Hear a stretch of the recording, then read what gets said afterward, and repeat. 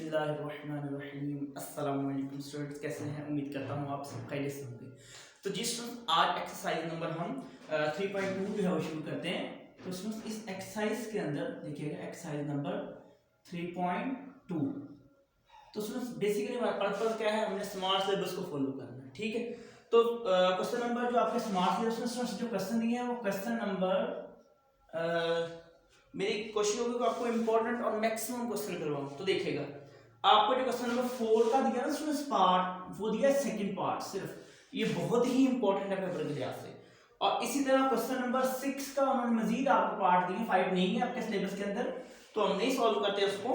पहला दिया है और स्टूडेंट्स मेरे पास चौथा दिया है और मेरे पास दिया है पांचवा। स्टूडेंट्स ये पार्ट 4 पार्ट जो आपके स्मार्ट सिलेबस में जो शामिल है, ठीक है।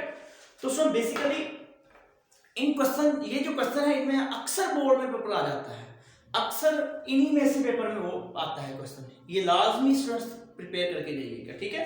तो क्वेश्चन नंबर 1 जो दिया है, आपको फर्स्ट ऑफ ऑल प्रॉपर्टी पता होना चाहिए ब्लॉक की।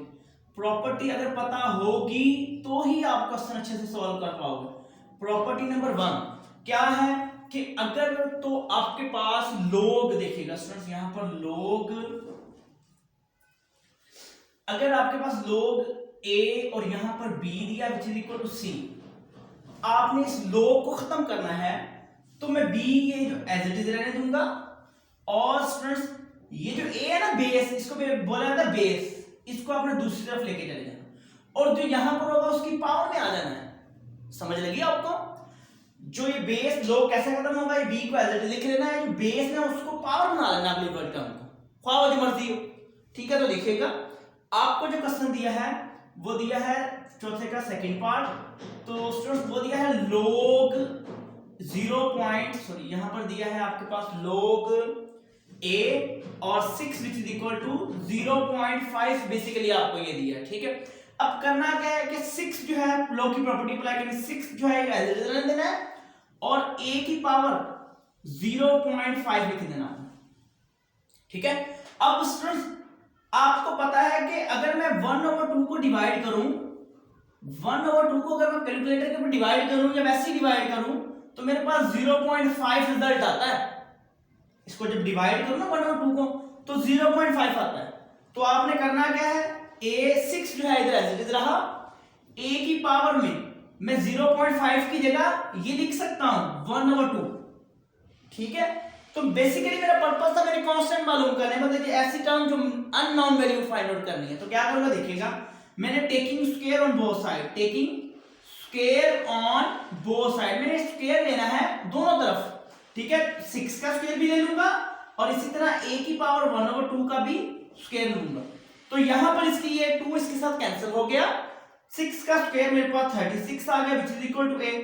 ये मेरे पास इसका आंसर आ गया, इसको ऐसे लिखने विच इज इक्वल टू 36। तो that is your final result, ठीक है। तो उम्मीद करता हूं आपको क्वेश्चन की समझ आई होगी। तो स्टूडेंट्स का नेक्स्ट क्वेश्चन हमने करना था 5 का पहला, चौथा और पांचवा, ये को हमने पार्ट सॉल्व करने हैं। इनमें भी सेम यही प्रॉपर्टीज अप्लाई होनी है, ठीक है। तो गौर कीजिएगा,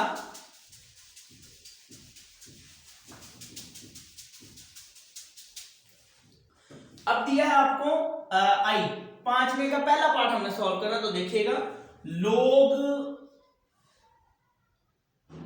2 into x which is equal to 5, ये आपके पास दिया है।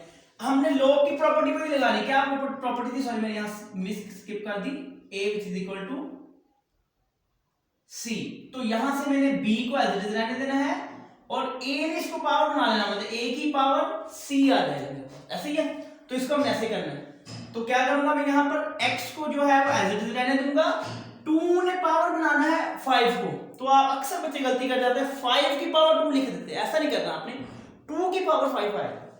तो यहां पर 2 की पावर 5 आ गया, तो x which is equal to मेरे पास जो रिजल्ट आया वो 2 की पावर 5 मेरे पास क्या होता है, एक्चुअली 2 की पावर 5 का मतलब है कि मैंने 5 टाइम 2 को 5 टाइम इधर मल्टीप्लाई करना, 2 multiply by 2 multiply by 2 multiply by 2 multiply by 2, 2 2 are 4, 2 3 are 6, 2 6 are 2 2 4 are 8 हो गया, 4 को 6 16 हुआ मेरे पास। इसी तरह जब मैंने 16 को 2 के साथ जोड़ दिया तो मेरे पास 32 जो रिजल्ट आ गया, ठीक है।